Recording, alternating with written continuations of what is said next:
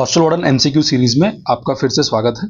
जैसा कि मैंने कहा था कि ये जो सीरीज़ है वो बहुत छोटे छोटे सीक्वेंसेस में रहेंगी, बहुत छोटे छोटे क्वेश्चंस रहेंगे। तो यहाँ पर आज मैंने फिर से 10 क्वेश्चन लेकर आया है और देखते हैं कि पहला क्वेश्चन आज का क्या है।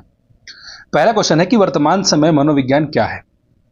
अब यदि आप लोगों को याद होगा तो मैंने कहा था कि जो साइकोलॉजी है या फिर जो चाइल्ड साइकोलॉजी अभी हो गया है, तो यार ये तो पहले साइकोलॉजी रहा होगा, मनोविज्ञान रहा होगा।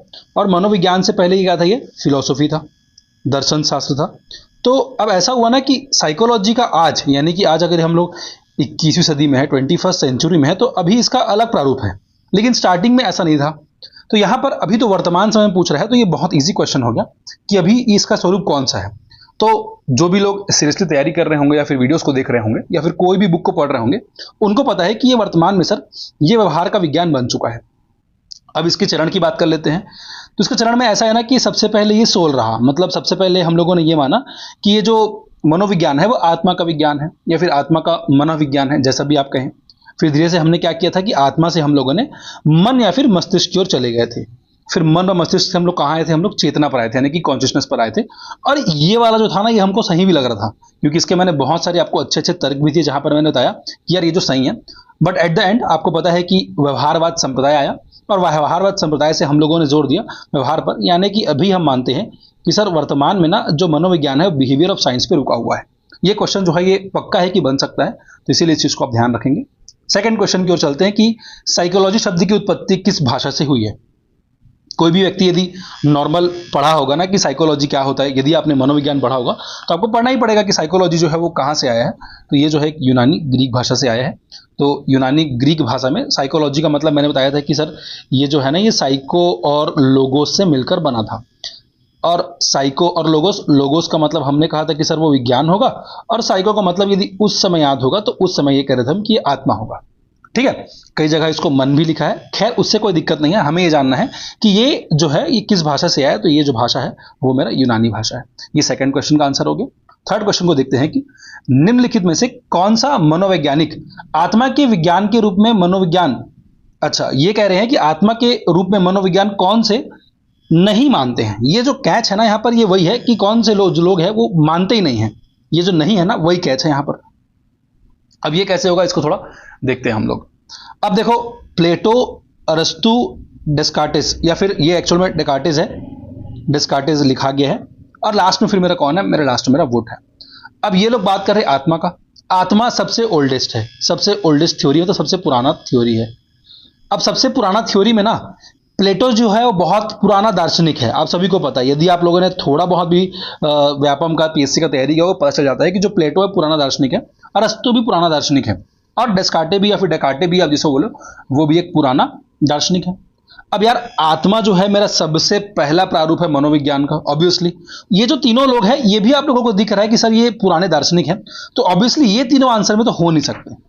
जो मेरा विलियम वुड है वही इसका आंसर है, क्योंकि आपको पता है कि वुड ने जिस चीज पर जोर दिया वो था मेरा चेतना पर। याद है, मैंने थोड़ी देर पहले ही बताया कि मनोविज्ञान 4 क्षेत्रों से गुजरा है।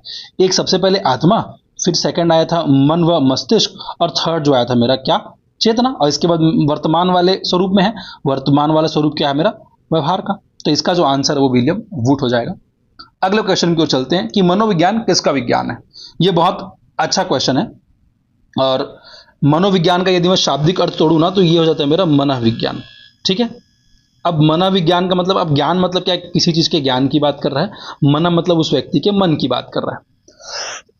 और वर्तमान के स्वरूप को देखते हुए जहां पर मुझे पता है कि व्यवहार पर आकर अटका हुआ है, व्यवहार पर आकर रुका हुआ है, बिहेवियर की बात करता है, बिहेवियरिज्म की बात करता है, मतलब व्यवहारवाद संप्रदाय की बात करता है। तो यहां पर मनोविज्ञान में पशुओं पर हम लोगों ने केवल और केवल शोध किए हैं। मैं ये नहीं कह रहा हूं कि हमने पशुओं के मनोविज्ञान को नहीं समझा, बट आपको ही पता है कि सबसे ज्यादा जोर इसका हम किस पर दे रहे हैं, तो सर वो हम मनुष्य के व्यवहार के लिए दे रहे हैं। इसीलिए इस चारों ऑप्शंस में सबसे बेस्ट ऑप्शन मनुष्य का व्यवहार है। मैं ये नहीं कह रहा हूं कि बाकी ऑप्शंस गलत है, मैं यहाँ पर बेस्ट ऑप्शन की बात कर रहा हूं। तो बेस्ट ऑप्शन जो है मेरा मनुष्य के व्यवहार वाला जो आंसर है वो हो जाएगा। अगले ओर चलते हैं। पहली मनोवैज्ञानिक प्रयोगशाला की स्थापना किसके द्वारा की गई थी। अब ऐसा हुआ ना कि मनोविज्ञान का वो स्वरूप जब चल रहा था, मतलब जब वो सोल वाला, फिर वो माइंड वाला, फिर वो कॉन्शियसनेस वाला, और फिर बिहेवियर वाला, हिंदी वालों के लिए, जब वो आत्मा चल रहा था, जब मन मस्तिष्क चल रहा था, जब वो व्यवहार, जब वो चेतना चल रहा था और लास्ट में व्यवहार आया। तो जब ये चेतना वाले स्वरूप में जब हम लोग पहुंचे ना, तो हम लोगों ने क्या किया, पहली प्रयोगशाला बना ली, एक लैब बना लिया, जहां पर हम लोगों ने क्या किया कि यार अब क्या हुआ ना कि दर्शन शास्त्र, यानी कि हमें क्या करना था, दर्शन शास्त्र से इसको अलग करना था यार।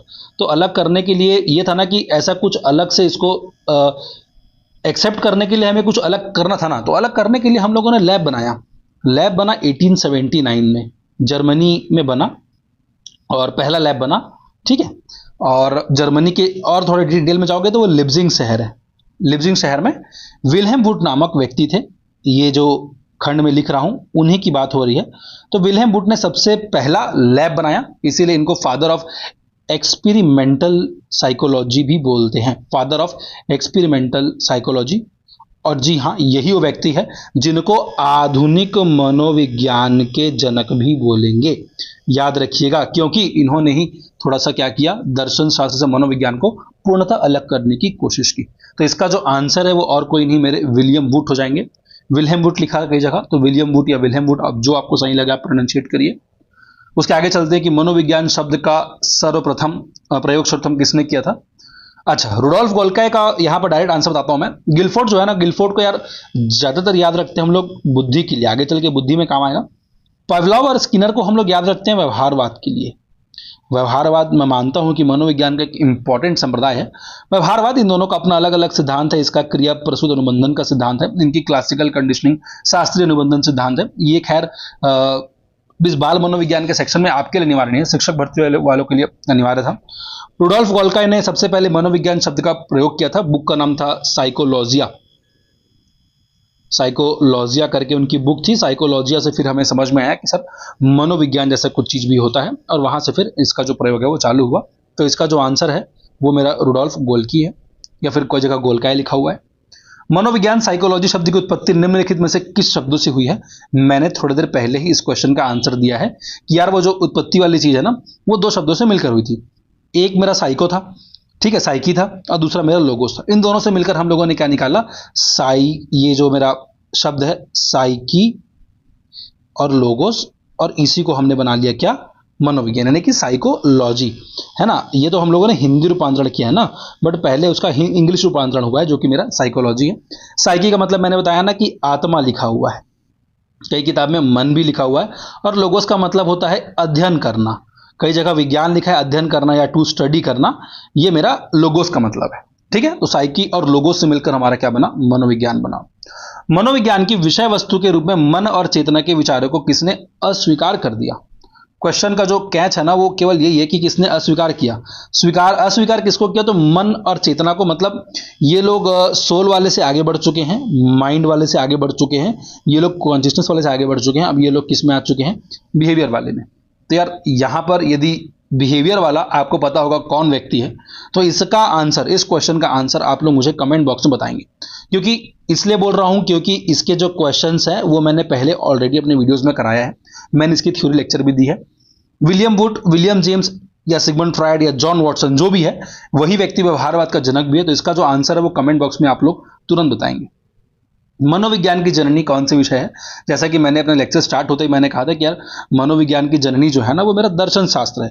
मतलब ये है सर कि साइकोलॉजी से ना मेरा, साइकोलॉजी जो है वो पहले साइकोलॉजी नहीं था, वो पहले मेरा आता था किसमें, फिलॉसफी में।